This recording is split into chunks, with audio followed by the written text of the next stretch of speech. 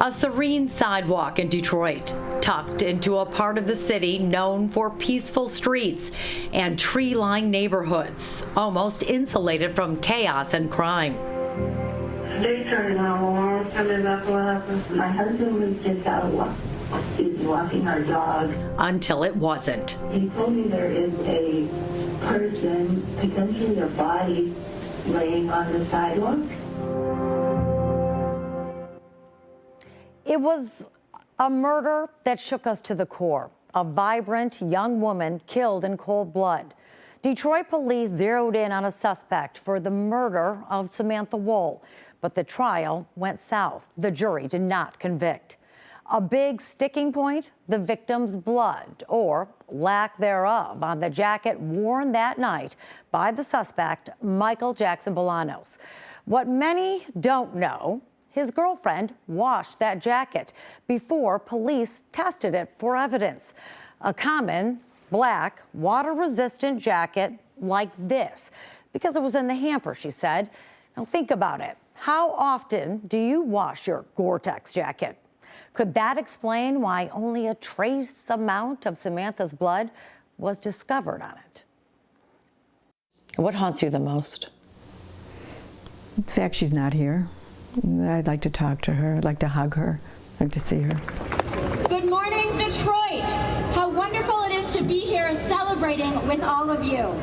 Thank you very much, Mayor Duggan. For the Woll family, watching video of Samantha brings cherished memories and a sense of pride, seeing her speak in front of the Detroit synagogue, now named in her honor.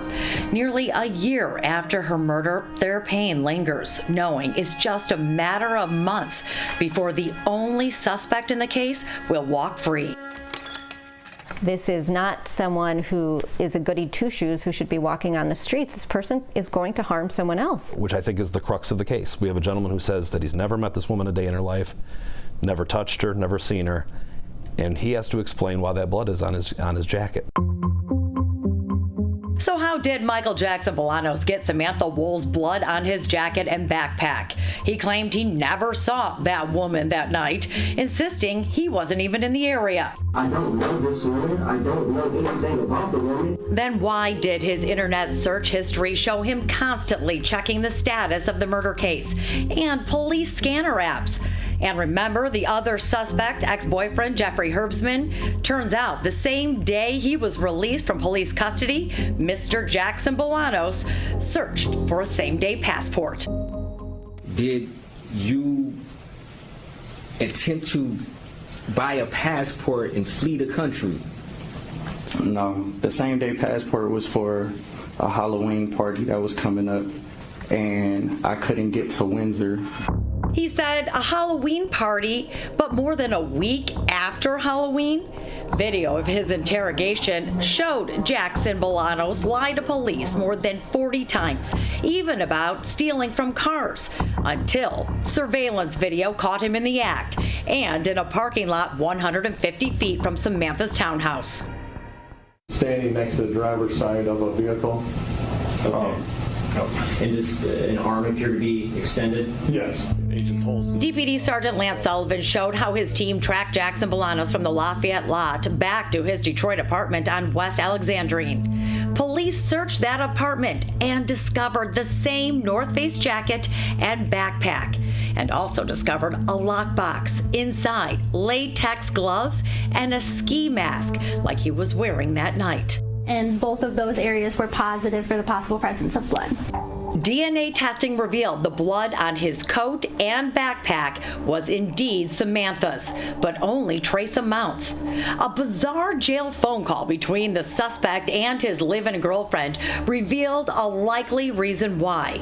Tiara White washed his jacket by the time police seized it more than a month after the murder. They're so dumb. Never even washed the jacket, bro. It was already how it was. If I washed the jacket, bro, it wouldn't have been nothing on the jacket. Like, y'all so stupid. That's why it has been washed. It has, and I have blood for that. And at that point, the call terminates. Shocked by what she said, or what she did, the inmate hangs up and calls back, clearly distraught. They telling me what you say could be used against me. Like, bro, what you say in the court of law could be used against you in the court of law. My whole life on the line. Did you hear me? Yeah, I'm just not sure why you're talking to me like this, or I did something. Bro, because you didn't be saying anything, bro. Like, don't say nothing. You know, what the You stop cutting me off before I could speak to her what I was going to say. I don't want to hear what you got to say about that, bro. Hello? Hi, is this Tiara? Tiara White didn't answer the door to the apartment she shared with Jackson-Bolanos, but she did answer my phone call. I was just wondering about that day. I heard a lot of the jail conversations and he hung up when you talked about that jacket. I was wondering when you washed that jacket. Was it that night that he came home? No, within the next couple of weeks. Tiara refused to say anything else, but police have suspected from the start she washed that black North Face jacket after her boyfriend got home the morning of October 21st. Did you see anything shocking about this jacket? No, not to the naked eye. Did you see blood on this jacket? Not at all. Did you see blood on any of the clothing that was inside of that hamper? Not at all.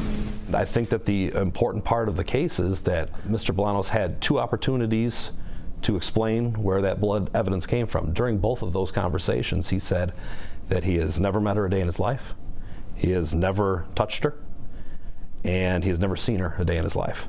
What if he was just scared and felt like that was the only way to protect himself? Well, he had 2 opportunities to say that to the police. I think that's important.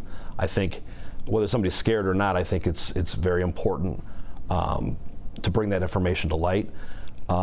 Secondly, we researched that. We discovered that Mr. Bolanos has called the police numerous times in the past.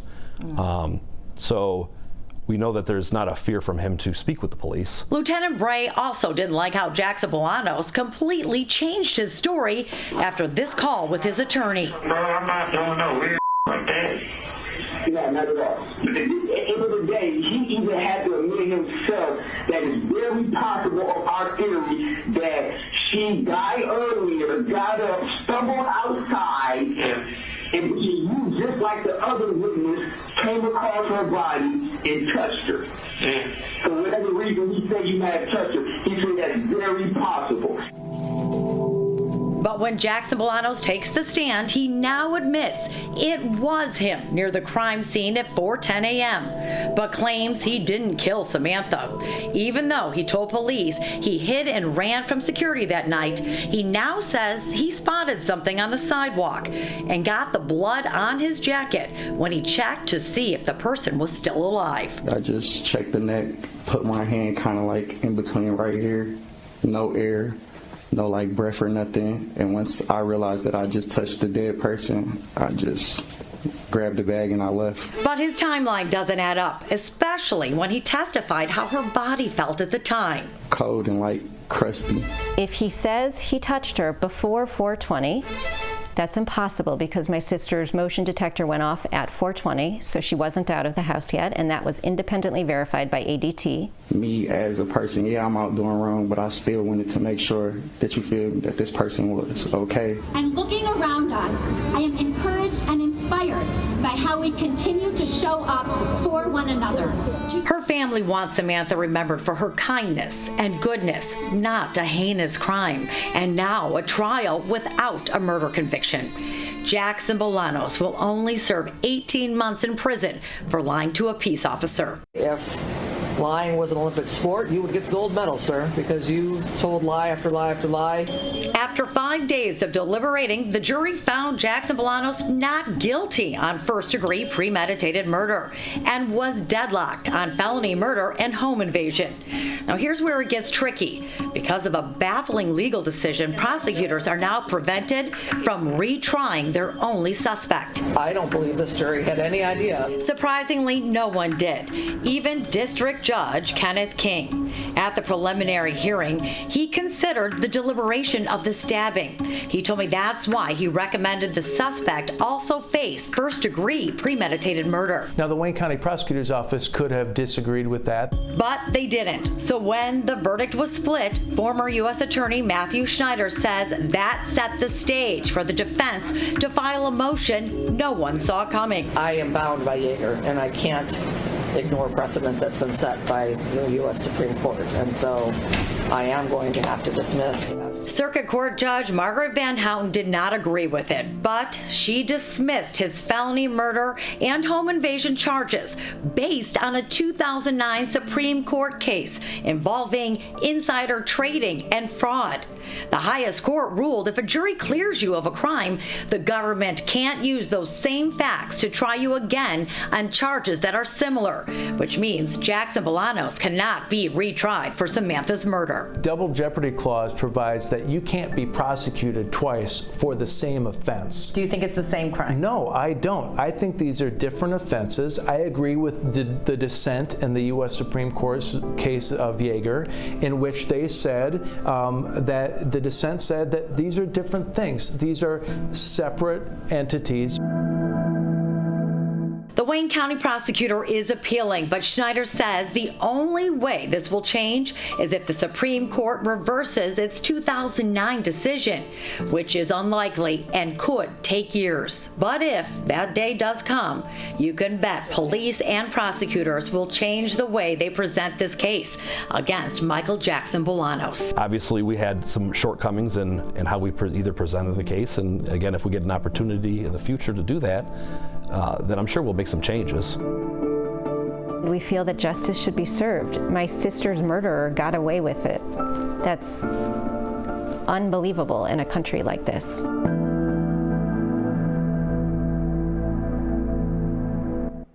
And now, I did reach out to Michael Jackson-Bolanos on his prison email, and I called the ex-boyfriend, Jeffrey Herbstman, hoping to get their takes on this case, but both declined an interview. Now, with the case, though, in the Michigan Court of Appeals, Judge Van Houten and the Wayne County prosecutors said they can't answer my questions, and Kim Worthy's office would only say they don't believe double jeopardy applies here and shouldn't prevent the prime suspect from being retried. What an interesting story to a very important woman to so many people, not only her family, but the community. But there's so many steps to this, and you really did a great job unpacking it. But when you look at the prosecutor's role in this, when she made the decision, and the decision was what? To say... Well, it was based on the recommendation from Judge King in the district court, and they added the first-degree premeditated murder based on that. But with the felony murder and the acquittal on the first degree and then the hung jury on the felony murder and the home invasion, that's where that Supreme Court case came in and the ruling to dismiss those two charges, and the double jeopardy applies. So and they can't retry them. So they actually have to reverse the decision. It has to make its way all the way up to the U.S. Supreme Court. And that likelihood is pretty low. No, this was a 2009 decision based on an Enron case of insider trading. It's very unlikely, but still there's an argument there, so you never know. But it's a decision that could take years.